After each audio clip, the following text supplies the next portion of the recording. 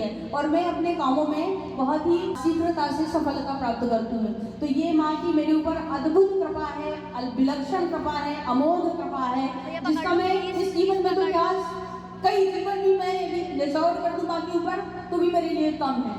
और ऐसी मुझे जो माँ मिली हुई है इसके लिए मैं उनको कोटि कोटि नमन, कोटि कोटि धन्यवाद और कोटि कोटि आभार व्यक्त करती हूँ कि मुझे परमात्मा ने इतने अच्छे सद्गुरु दिए हों।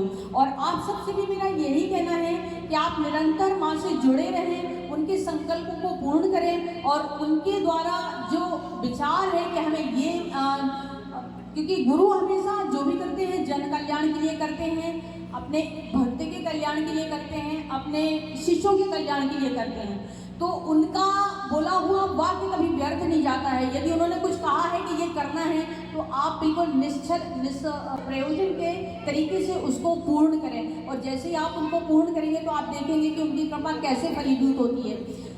एक अनुभव मैं और आपके साथ शेयर करूँगी कि कई बार क्या होता है कि माँ बहुत ज़्यादा व्यस्त रहती हैं, रोना आ जाता है कि मैं परेशान हूँ और एकमात्र माँ ही तो है जिससे मैं अपनी बातें कह सकती हूँ, लेकिन वो उनसे बात नहीं होती। तो क्या होता है कि मुझे ये पता है कि माँ कब साधना पे बैठती हैं, कब माँ फ्री रहती है, इतना मुझे आइडिया है क्योंकि मैं माँ के साथ 2-3 महीने रुकी हुई हूँ। तो जब मैं साधना काल में उस समय बैठती हूँ और माँ का ध्यान करती हूँ, जो ध्यान पद्धति उन्होंने मुझे बताई है, तो मैं ये कनेक्शन फील करती हूँ कि मेरी बात माँ तक पहुँच रही है और मैं देखती हूँ कि 2-3 दिन में वो मेरी समस्या है या जो मेरा प्रॉब्लम है वो ऑटोमेटिक सॉल्व हो जाता है। इसका मतलब है कि माँ की जो ऊर्जा है वो सिर्फ इस शरीर में ही नहीं है, वो पूरे ब्रह्मांड में व्याप्त है। जैसा कहा गया है कि अखंड मंडलाकारं व्याप्तमेव चराचरं तत्पदं दर्शितम तस्मै गुरुवे नमः।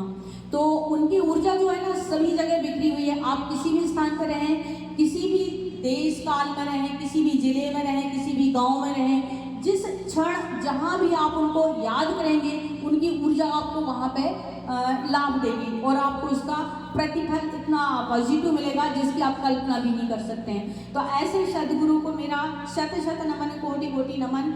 और इसी के साथ मैं अपनी वाणी को यहाँ विराम देती हूँ और माइक अरविंद जी को देती हूँ।